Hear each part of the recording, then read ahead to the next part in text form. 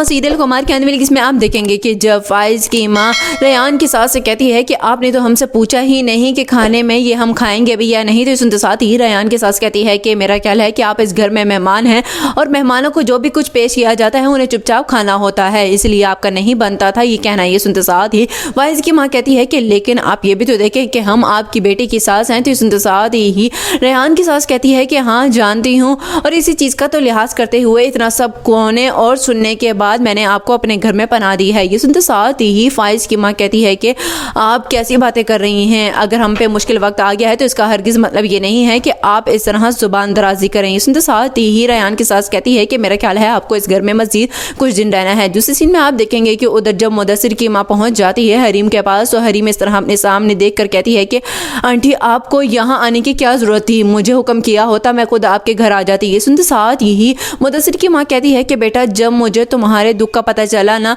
तो सच पूछो तो मुझसे रहा ही नहीं गया।